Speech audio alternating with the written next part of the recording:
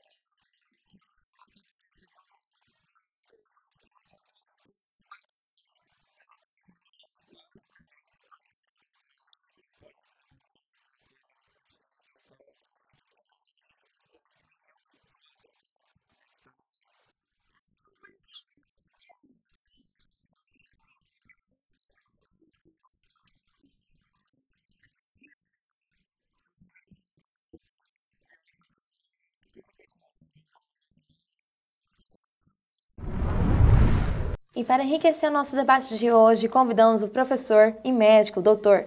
Guilherme Augusto Silva dos Santos, formado pela Universidade Federal do Rio Grande, especialista também em clínica médica e hematologia. Seja bem-vindo, Guilherme. Seja muito bem-vindo. Muito obrigado. É um prazer estar aqui com vocês. Para abrirmos o debate, vamos para a primeira pergunta. A automedicação pode ser encarada como um problema de saúde pública? Na minha opinião, sim. De fato, a quantidade de pessoas que usam medicamentos, muitas vezes por períodos curtos, outras vezes por períodos mais longos, inclusive, é muito grande na população em geral, né? A gente sabe que, do ponto de vista epidemiológico, pessoas mais jovens tendem a usar medicações mais facilmente sem o apoio, sem a prescrição de um médico. Por um lado, isso é bom, no sentido que se fosse os idosos seria ainda mais grave, né? Mas, de qualquer forma, os riscos são muito grandes e inerentes especificamente às principais medicações que são utilizadas por essa população. Um dos principais grupos de medicações utilizados são os analgésicos, né, para debelar processos de dor, e a gente sabe que muitas pessoas usam por períodos crônicos esses analgésicos, inclusive sem suporte médico, e todos eles, né, em especial o paracetamol, por exemplo, e os anti-inflamatórios não esteroides, podem, ao longo prazo, causar lesões renais. A gente ainda tem outras situações que são importantes, que é bom a gente salientar também, que são o segundo grupo de medicações, que são os antigripais, né, que são compostos, por exemplo, por vasoconstritores. São medicações que fazem uma constrição, né, nos vasos sanguíneos no corpo, e quando são tomadas pela boca, por exemplo, não fazem isso só no nariz para melhorar o quadro gripal, e acabam por induzir um risco, principalmente pessoas hipertensas, inclusive de AVC, de situações mais graves. Então a gente realmente, eu, por exemplo, como médico, nunca prescrevi esse tipo de medicação por boca, né? E a gente vê as pessoas tomando assim, a rodo, bem dizer, né? Então realmente é uma situação grave, eu imagino. E quais os riscos que esse hábito faz para a saúde das pessoas que a praticam?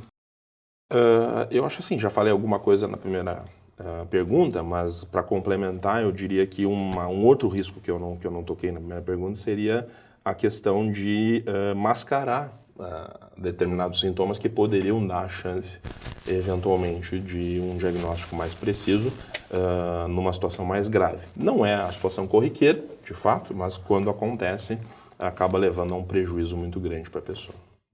E o que colabora para que essa prática da automedicação seja tão comum? Eu acho que são várias situações, né? E acho que existe uma questão cultural, né, que a gente tem no nosso meio, de que a gente não pode ter sintomas, né? Agora, essa coisa de não querer ter sintoma nunca, em nenhum momento, é perigoso, porque a gente pode acabar, só para cortar o sintoma, acabar levando a consequências, complicações. Mas no idoso já é mais complicado, porque o idoso muitas vezes ele usa 3, 4, 5, 6 medicações prescritas, né?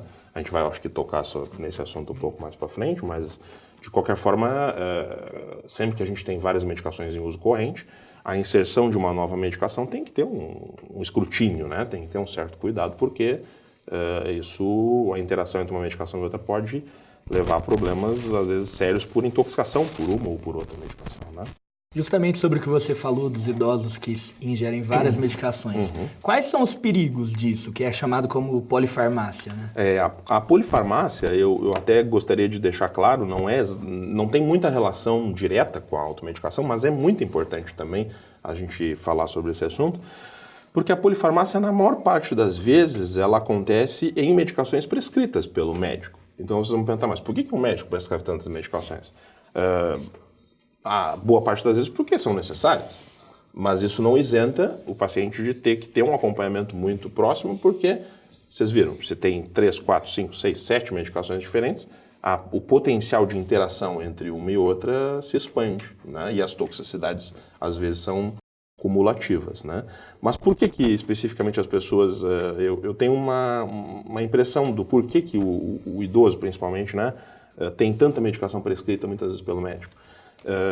Principalmente, eu acho que pela fragmentação que a gente tem hoje no sistema de cuidados, no sistema de saúde, né?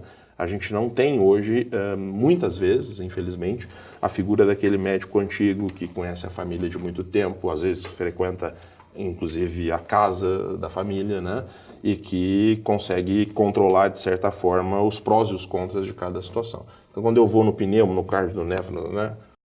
Várias subespecialidades e muitas vezes consultas rápidas, né, que acaba sendo mais fácil para o profissional ali prescrever a medicação que parece ser a melhor e tal, mas não se preocupa em fazer aquele escrutínio todo de o que compensa mais no longo prazo, né, para a pessoa, né? Então, eu acho que isso é uma coisa realmente...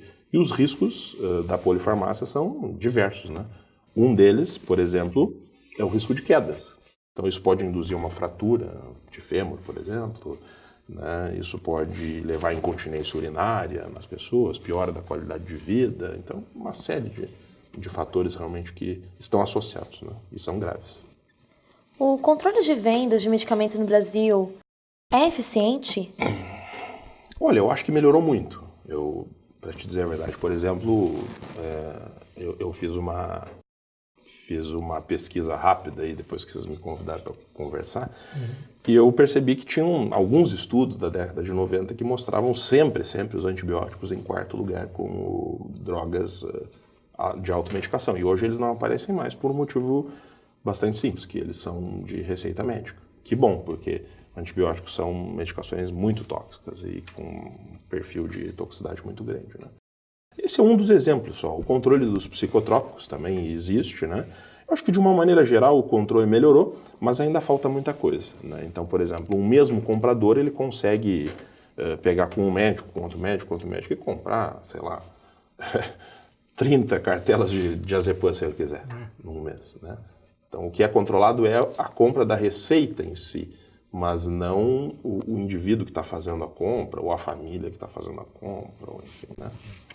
Então, eu diria para você que o controle da Receita Federal para cobrar o nosso imposto é bem mais eficiente do que o controle de medicações, com certeza. Com certeza. Por que o abuso da medicação controlada é mais grave que a automedicação simples? Eu acho que pelo perfil das medicações, né? As medicações controladas são controladas justamente porque as consequências do uso inadvertido da medicação são potencialmente mais graves. Então, por exemplo, medicações que agem sobre o sistema nervoso central, causando sonolência e intoxicações que levam a, inclusive, parada respiratória, por exemplo, com certeza tem uma necessidade de serem controladas muito mais premente do que os anti-inflamatórios não esteroidais, por exemplo, que, muito embora possam causar lesões graves e tal, não são assim, vamos dizer assim, dose dependente. Se eu vou tomar uma cartela, eu vou necessariamente ter aquilo. Não é assim. Já essas que são controladas normalmente são mais assim, uma relação de dose com a toxicidade muito mais perfeita, né? O excesso de remédios que os médicos prescrevem aos pacientes pode favorecer a automedicação? Eu acho que essa cultura que a gente tem, e eu não vou culpar os médicos, todo mundo, né? Essa cultura que eu falei lá, acho que na primeira pergunta, de para tudo a gente precisa debelar o sintoma assim, em 30 segundos, ou qualquer coisa assim. E eu acho que essa cultura está se reforçando, aumentando a sua força, a sua plenitude de efeitos na população, com essa questão aí das mídias sociais, da internet, não só das mídias sociais, mas eu digo assim, do próprio WhatsApp, vamos ver, toda hora, rápido, né? Todas as decisões se tornam rápidas, né? 20 anos atrás as decisões não eram tão rápidas como hoje, né? Então acho que isso se expande para a decisão de preciso melhorar rapidamente. E isso é perigoso. Então acho que de certa forma os médicos prescrevem demais, eu acho. Eu tento não me incluir nesse rol, mas prescrevem demais. E essa ideia de que tudo pode ser prescrito, tudo pode ser curado, tudo pode ser resolvido a qualquer momento, induz as pessoas a pensarem que sempre tem que ter um remédio para tudo. Doutor, para fechar, Sim. Quais são os cuidados que as pessoas devem tomar quanto ao uso de analgésicos e anti-inflamatórios?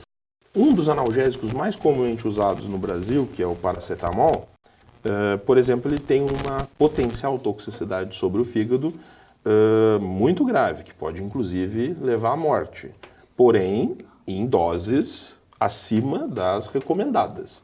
Então, o que eu vou dizer para você? Se uma pessoa usar 2, 3, 4, 5 dias paracetamol nas doses recomendadas, não é para ela ter problema no fígado. Tá? Quando que ela pode ter? Quando ela usar uma dose muito mais do que a recomendada, e especialmente se ela usar uma dose muito mais do que a recomendada e se ela tiver já alguma predisposição. Então, por exemplo, uma hepatite crônica, uma cirrose, um alcoolismo mais grave, né? Uma situação como essa realmente pode predispor a ter mais toxicidade. Já os anti-inflamatórios é aquela situação do sangramento, né? Que a gente falou, gastrointestinal, né? Úlceras, gastrite.